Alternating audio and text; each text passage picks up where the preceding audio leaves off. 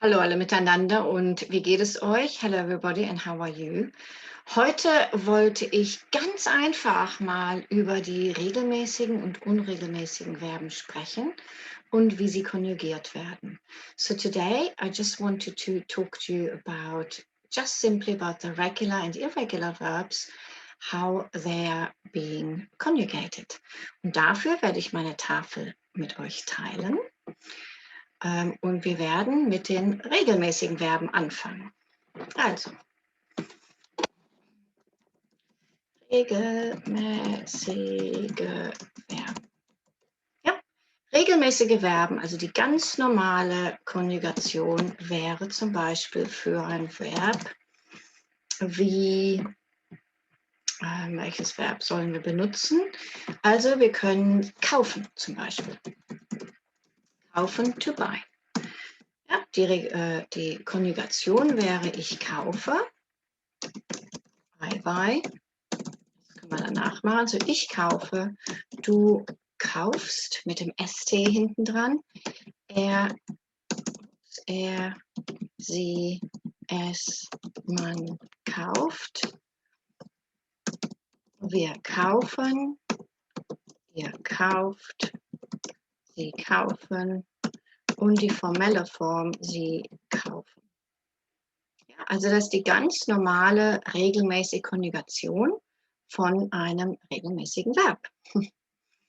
Und die Endungen sind hier, zum Beispiel haben wir ein E für das Ich, wir haben ein ST für das Du, wir haben ein T, ist ein bisschen schwierig da zu bekommen, für das Er, Sie, Es, Man, ein EN für das Wir, wir haben ein T für das Ihr, ein bisschen zur Seite, oh nein, und wir haben ein EN für das Sie und auch ein EN für das formelle Sie. Ja? Ich bewege dieses mal ein bisschen rüber. Oh, nein, so, dann sieht man es besser. Okay. Und die Bedeutung hier die Bedeutungen sind zum Beispiel I buy. Ich muss mal eine andere Farbe machen. I buy, you buy. Ja, und hierbei, ja, you buy, he, she, it, one buys, we buy, you buy, they buy, and the formal you buy.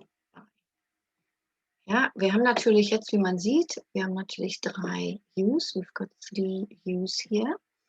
So we have this U here will be eine Person, und zwar Freund, Familie zum Beispiel. Und hier dieses You will be. Dieses You sind 2 oder mehr Personen, Personen oder mehr. Yeah, also these are 2 or more people, also familiar, so friends, family. Ja, und hier dieses You sind eine oder mehr Personen, also für Singular und Plural, aber es ist das formelle Sie. Ja, also zum Beispiel Herr Müller. Ja, Herr Müller, was machen Sie heute? Ja, zum Beispiel. Also einmal, um das ein bisschen zu erklären. Also hier haben wir nochmal kaufen, to buy. Ich kaufe, du kaufst, er, sie, es, man kauft. Wir kaufen, ihr kauft, sie kaufen und sie kaufen. Ja, also das sind die regelmäßigen Verben. Und jetzt auf der nächsten Seite erkläre ich dann die unregelmäßigen Verben. Ja, unregelmäßig. Ja, machen wir auch in grün oder in blau vielleicht, warum nicht? Okay, hier haben wir, Also es gibt 3 verschiedene Gruppen von unregelmäßigen Verben. There are 3 different groups for irregular verbs in the present tense, also im Präsens. Und zwar haben wir hier erstmal die Gruppe, wo das E sich in ein I verändert. Ja, und zwar, das ist die erste Gruppe, sagen wir so, wir nehmen zum Beispiel geben, to, give. Wenn ich meine das E in ein I, dann verändert sich hier der Stamm. When I mean the E changes to an I, that means this E in the stem changes to an I, but only for 2 persons. So, wir haben ich gebe, and then here du gibst. So hier verändert sich das E in ein I. So the E will change to an I for the du and for the er, sie und es, Mann. Ja, so es auch er gibt. Und dann ist es wieder ganz normal. Wir geben, ihr gebt, sie geben und die formelle Form sie geben. Ja, so wir haben ich gebe, du gibst, er, sie, es, man gibt. Wir geben, ihr gebt, sie geben und sie geben. Ja, das große Sie mit S, mit dem großen S. Ja, the capital S for the formal Sie. Okay, die zweite Gruppe ist, wenn sich zum Beispiel das E in ein IE verändert. Und da haben wir zum Beispiel lesen, to read. Ja, ein Example ist lesen. So, ich würde sagen, ich lese normal, ganz regelmäßig. Ja, so the Ich-Form ist regular. Aber dann für du liest, er, sie, Moment, er, sie, es, man liest. Wir lesen, lesen, ihr lest und sie lesen. Und die formelle Form ist auch wieder sie lesen. Ja, also ganz regelmäßig. Also hier auch, so it's the last few are all regular. So wieder nur diese Unregelmäßigkeit, this irregularity, Unregelmäßigkeit, ist für die Du und für die Er, Sie, Es, Man Person. Ja, also für die zweite und dritte Person Singular. Wir haben hier Du liest und Er, Sie, Es liest. Now, diese beiden sehen gleich aus. Denn normalerweise sollte das Du ein weiteres ST haben. You see, usually the Do should have an ST ending. Aber weil das IE das Wort lang macht und das Doppel-S das Wort kurz macht, funktioniert es nicht.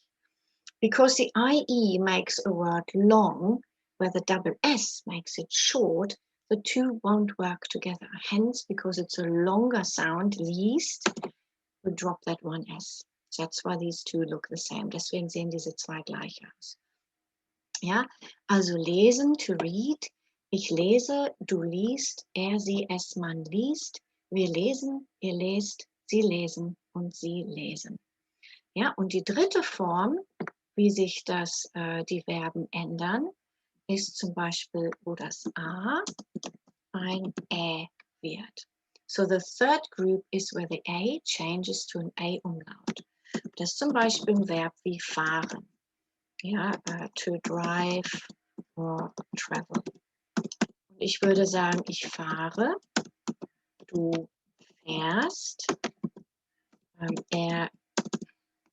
er, sie, es, man fährt, wir fahren, ihr fahrt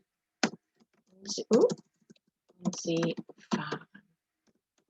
Die formelle Form wieder, sie fahren. Ja, also hier seht ihr, fahren, ich fahre, du fährst, er, sie, es, man fährt, wir fahren, ihr fahrt, sie fahren und sie fahren. Ja, so ist genauso nur für das Du und das Er, Sie, Es. Yeah, so that's a really important thing to remember, that even though they're irregular verbs, the endings are basically regular. Also was man sich merken muss hier, dass für die unregelmäßigen Verben, dass die Endung normalerweise regelmäßig ist. and it just changes for the du and the RCS. Yeah, so the vowel of the stem changes for the du and the RCS. Der Vokal verändert sich nur in der Du-Person und der RCS-Mann-Person. Ich mache mal da ein kleines Sternchen hin. I'm gonna add a little star here. Ja, also ist für das Du das R und wieder für das Du und das R, das Du und das R. Keine andere Person. None of the other persons. Ja? So, und das sind die 3 verschiedenen Gruppen. Ja, das E, also wo es hier ein I gibt, ein IE und ein Ä. Ja, also ich hoffe, das hat euch gefallen, ja, und geholfen. So I hope you enjoyed that and it helped you. And if you have any questions, please write them in the comments below. Also wenn ihr Fragen habt, schreibt diese Fragen bitte unten ins Kommentar. Und wenn ihr ein paar Sätze schreiben wollt, könnt ihr natürlich auch unter das Video. So if you want to write a couple of sentences underneath the video, please feel free. I'd love to have a look. Ja, ich würde mich echt freuen, wenn ihr ein bisschen darunter schreibt. Also bis dann. Tschüss.